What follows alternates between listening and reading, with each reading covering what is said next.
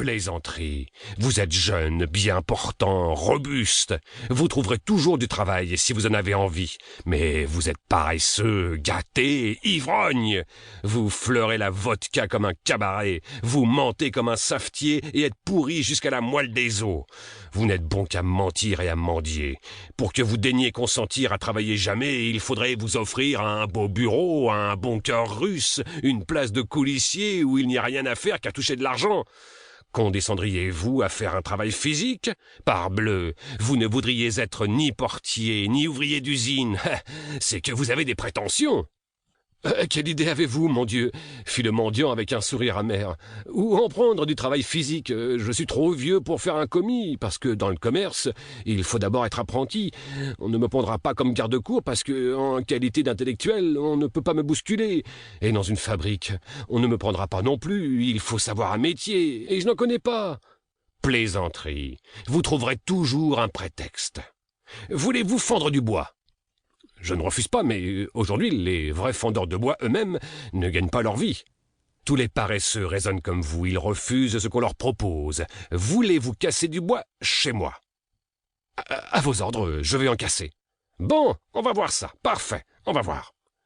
Gzvortzov s'élança et, se frottant les mains, non sans mauvaise joie, il appela sa cuisinière. « Tiens, Olga, lui dit-il, mène ce monsieur au bûcher et qu'il casse du bois. » Le nécessiteux haussa les épaules comme s'il n'y comprenait rien et suivit indécis la cuisinière. On voyait à son allure qu'il avait accepté de casser du bois, non parce qu'il avait faim et voulait travailler, mais uniquement par amour-propre et vergogne, comme pris au mot. Il était visible qu'il était très affaibli par la boisson, qu'il était malade et ne sentait aucune propension au travail. Gzvortzov se hâta de se rendre dans sa salle à manger. Des fenêtres donnant sur la cour, on voyait le bûcher et tout ce qui s'y passait. L'avoué vit la cuisinière et le loqueteux sortir par la porte de service, et passant sur la neige sale, se rendre au bûcher.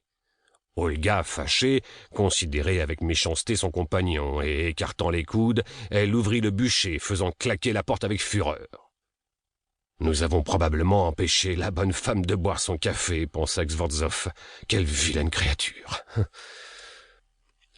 Il vit ensuite le pseudo-instituteur, le pseudo-étudiant s'asseoir sur un billot, appuyer ses joues rouges sur ses poings et réfléchir.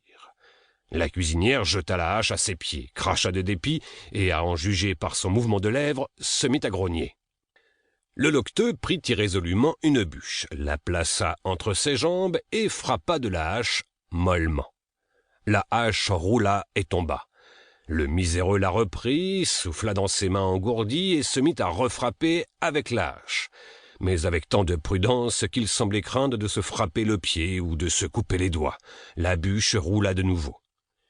L'irritation de Gzvortzov était déjà retombée. Il se sentait un peu mal à l'aise et honteux d'avoir contraint un homme déshabitué du gros travail, ivre et peut-être malade, à faire par le froid un métier de manœuvre. Ça ne fait rien, pensa-t-il, en allant de la salle à manger à son cabinet. Qu'il travaille. Je fais ça pour son bien. Olga revint au bout d'une heure, annoncer que le bois était cassé. « Donne-lui 50 kopecks, dit Gzvortzov. S'il le veut, qu'il revienne casser du bois tous les premiers du mois. Il y aura toujours du travail pour lui. » Le premier du mois suivant, le loqueteux revint et gagna encore 50 kopecks, bien qu'il tînt à peine sur ses pieds. Ensuite, il reparut souvent dans la cour et on lui trouvait chaque fois du travail. Tantôt il ramassait la neige en tas, tantôt rangeait le bûcher, tantôt battait des tapis et des matelas. Il recevait pour sa peine de 20 à 40 kopecks, et même une fois...